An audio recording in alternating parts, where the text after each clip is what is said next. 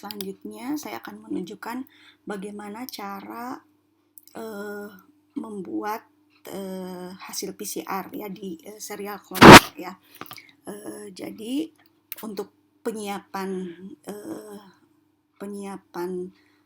pembentukan vektor ekspresi rekombinan ini ya, plasmid rekombinan ya, kita siapkan dulu ini sebagai template ya, gain of interest kita ya. Kemudian seperti yang kalian ketahui bahwa PCR itu kalau kita sedang melakukan PCR ya, ada beberapa komponen yang kita butuhkan. Yang pertama itu template ya. Jadi di sini kita pilih templatenya yaitu gDNA PFLDH ini ya, yang tadi sudah kita save ya. Kemudian primer ya. Primernya itu kalau misalnya kita ingin mengklon ya atau mengekspresikan keseluruhan gen dari gDNA ya, PFLDH ya, maka primernya itu mau nggak mau harus dari ujung awal di sini sama ujung akhir ya. Jadi untuk PCR kita membutuhkan dua macam primer. Primer yang satu yang forward ya, forward primer itu urutannya dari 5 aksen ke 3 aksen ya. Kita kasih nama misalnya forward PFLDH ya. Kemudian biasanya saya memberi nama menggunakan ini enzim restriksi yang kita gunakan. Kemudian bisa juga di sini untuk di subclone ke vektor yang kita inginkan ya, forward. Nah, untuk itu kita bisa pilih ya, misalnya ini primer yang kita inginkan. Di sini kontrol di copy ya. Nah, di sini ada dua kolom ya, dua kolom. Ini untuk sisi restriksi yang kita tambahkan. Nah, kemudian di sini untuk informasi urutan primer yang sesuai dengan target yang kita inginkan ya. Nah, ini ya sudah kita pakai ya untuk ini ya, untuk primernya yang forward ya, primer forward. Nah, kemudian saya juga sudah menunjukkan ya di kuliah bagaimana cara untuk menganalisis karakter dari primer ini bagus atau tidak ya. Nah, kemudian karena kita sudah milih XHO ya, kita bisa di sini berikan sisi pengenalan, urutan sisi pengenalan untuk XHO1 ya.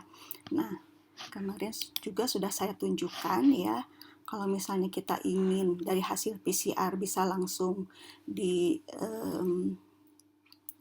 dipotong gitu ya, didigest oleh enzim restriksi yang kita inginkan ya, ada beberapa trik gitu ya. Jadi yang pertama bisa di search di Google restriksi enzim close to end ya. Jadi kalau misalnya kita pakai pijem itu lebih mudah memotongnya. Jadi dari hasil PCR bisa langsung ligasi dengan pijem. Nah, itu sudah bisa langsung dipotong ya dengan enzim restriksi yang diinginkan, dan itu primernya tidak harus ditambahkan beberapa pasang basa. Tapi kalau misalnya dari hasil PCR ya, kita harus lihat ya di sini. Jadi NEB itu vendor dari enzim restriksi ya. Nah, misalnya tadi kita pakai XHO1 ya, XHO1. Nah, di sini kita lihat kalau misalnya tidak dilakukan penambahan basa tambahan ya, yang merah ini adalah sisi pengenalannya. Kemudian ini basa yang bisa ditambahkan ya untuk meningkatkan persentase kemungkinan dia dipotong ya. Di sini change length-nya ya, kemudian persen cleavage-nya ya. Ini untuk 2 jam dan ini untuk yang overnight ya. Kita lihat XHO1 kalau misalnya tidak ditambahkan sisi pengenalannya, itu pemotongannya tidak sempurna ya. Ini kita bisa tambahkan di sini ya, urutan ini. tambahkan di sini ya, di sisi yang tidak identik dengan target sequence ya. Nah, kemudian untuk akhirnya ya, oh ya, sebenarnya saya lupa tadi, kita juga bisa mencek ya translasinya ya di sini ya.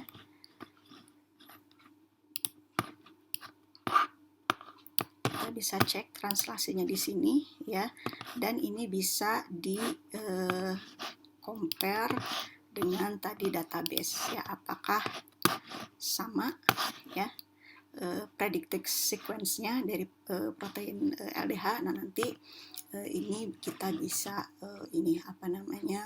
kita bisa nanti bandingkan dengan hasil ekspresi di plasmid rekombinan ya. Ini MAPKK, kita lihat di sini MAPKK ya, mirip. Terus kemudian di sini ada stop codon ya. Jadi kalau misalnya kita mau buat primer di sini ya, dari belakang sini ya, itu sudah termasuk stop codon ya. Ctrl C di sini. Nah, karena untuk PCR itu kita butuh dua primernya yang reverse dan forward ya. Kalau misalnya kita masukkan di sini ya, kemudian kita evaluasi, ini primer 1 dan primer 2 ini ada di strand yang sama dari dari double helixnya ya. Nah, sedangkan kan kita harus satu ada di yang 3 aksen ke 5 aksen gitu ya. Nah, untuk itu urutan ini ya harus di antiparalelkan dulu ya. Caranya di sini sequence ya, antiparalel ya. Kemudian kita bisa copy lagi di sini ya. Nah, ini kalau dievaluasi, nah harus muncul fragmen PCR-nya, baru ini berarti reverse primernya betul urutannya ya. Nah, kemudian kita kasih nama di sini misalnya reverse PF LDH, kemudian enzimnya BAMH1, kemudian ini PET16B ya. Nah, BAMH1 dari data ini ya, kalau bisa ditambahkan ini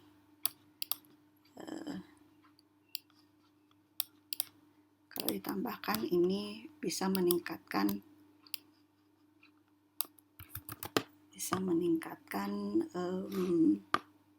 hasil pemotongannya ya, digestionnya ya. Kita bisa tambahkan di sini ya. Nah, ini si primernya bisa kita save ya, bisa kita save di sini ya, di folder yang kalian inginkan. Bisa di save di sini juga ya yang ingin kita save. Nah, nanti kalau misalnya sudah ada di database atau di folder kalian datanya, cukup open gitu ya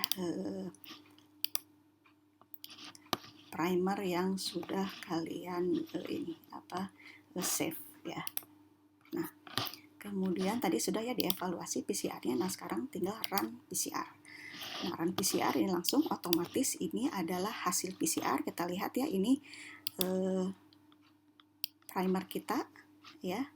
Kemudian di sini ada sisi enzim restriksi tambahan ya.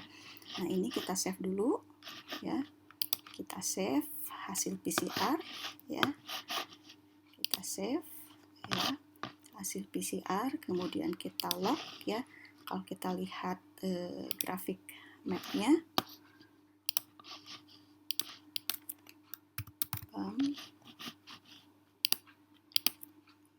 satu sama X1.